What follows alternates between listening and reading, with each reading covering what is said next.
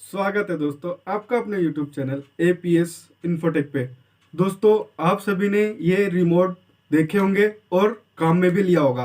और दोस्तों जब ये रिमोट ठीक से काम नहीं करता तो इस तरह से इसकी पीठ थपथपाकर काम में भी लिया होगा और ये रिमोट काम करने लगा होगा।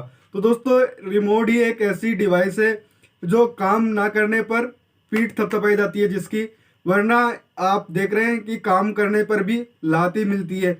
तो दोस्तों चलिए आज के इस वीडियो में हम जानेंगे कि आखिर जो हमारे रिमोट होते हैं इनको पीछे से ठोकने पर इस तरह से थपथपाने से फिर से काम कैसे करने लगते हैं। तो दोस्तों वीडियो शुरू करें उससे पहले आप सभी से हाथ जोड़कर निवेदन है कि चैनल पर पहली बार आए तो चैनल को सब्सक्राइब कर उसके पास आए बेल आइकन को जोर से दबाकर ऑल नोटिफिकेशन ऑन कर लीजिए, क्योंकि हमारे चैनल पर आपको ऐसी टेक्निकल और इन्फॉर्मेशन से जुड़ी हुई वीडियो मिलती रहती है। तो चलिए दोस्तों बात करें कि अक्सर आपने देखा होगा कि हमारे जब रिमोट ठीक से काम नहीं करता तो हम इसे इस तरह से पीछे से ठोक कर और काम में लेते हैं। तो दोस्तों चलिए अब जानते हैं कि जो हमारे रिमोट है इस तरह से ठोकने पर काम कैसे करने लगता है। तो दोस्तों उससे पहले हमें यह चीज़ समझनी होगी कि जो हमारा रिमोट होता है ये इलेक्ट्रॉनिक डिवाइस है, यानी कि इसके अंदर जो काम करता है इलेक्ट्रॉनिक मैकेनिज्म काम करता है। तो अब चलिए समझते हैं कि इसमें क्या क्या चीज़ें हो सकती है जिसकी वजह से हमारा रिमोट काम नहीं करता। तो दोस्तों पहला चीज़ ये हो सकती है कि ये सेल पे काम करता है, तो इसकी बैटरी डाउन हो गई हो इस वजह से काम ना कर रहा हो। दूसरा, या फिर जब हम जो बैटरी लगी होती है उनकी पोजीशन थोड़ी बहुत इधर उधर हो गई हो जिससे काम ना कर रहा हो। और तीसरा, जो इसके अंदर रबड़ होता है या पट्टी होती है, रबड़ बैंड होती है, उसकी पोजीशन थोड़ी बहुत इधर उधर हो गई हो जिसकी वजह से काम ना कर रहा हो। तो दोस्तों अब चलिए समझते हैं कि इस रिमोट को पीछे से ठोकने से उन सब कहीं का क्या रिलेशन है।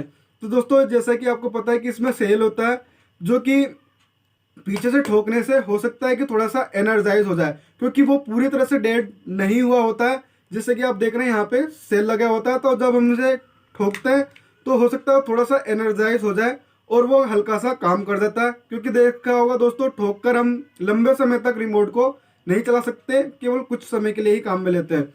दूसरा दोस्तों, जो रिमोट आपने देखा होगा इसके अंदर जो सेल होते हैं ये एक स्प्रिंग के पास में लगे होते हैं। तो इससे हो सकता है कि जब इसे हम ठोकते हैं तो ये स्प्रिंग जो होती है इसकी पोजीशन सही हो जाती है और रिमोट हमारा काम करने लग जाए।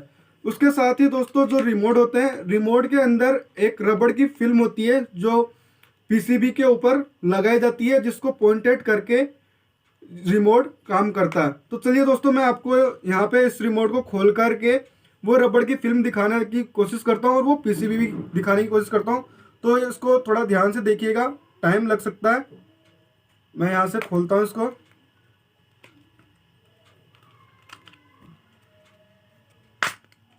तो देखिए दोस्तों जो ये खोल दिया मैंने, ये रिमोट की पीसीबी होती है, ये इस पे ही हमारा काम करता है। और उसके अलावा जो ये देखिए रिमोट की ये फिल्म होती है, यहाँ पे आप देख सकते हैं ये रबड़ की फिल्म होती है, इसके ऊपर ये इस तरह से लगी हुई होती है।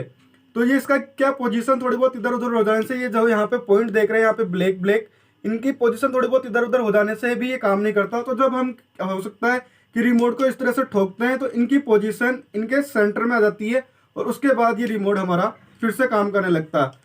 तो ये कुछ कारण हो सकते हैं दोस्तों जिनकी वजह से हो सकता है कि हमारा रिमोट काम करने लग जाता है फिर से, यानी कि ये कुछ कारण हैं कि जिनकी वजह से पीठ थपथपाने से हमारा रिमोट काम करने लग जाता है। तो दोस्तों ये इन्फॉर्मेशन आपको कैसी लगी कमेंट बॉक्स में मुझे जरूर बताइएगा, और इन्फॉर्मेशन अच्छी लगी हो तो ज़्यादा से ज़्यादा शेयर कीजिएगा।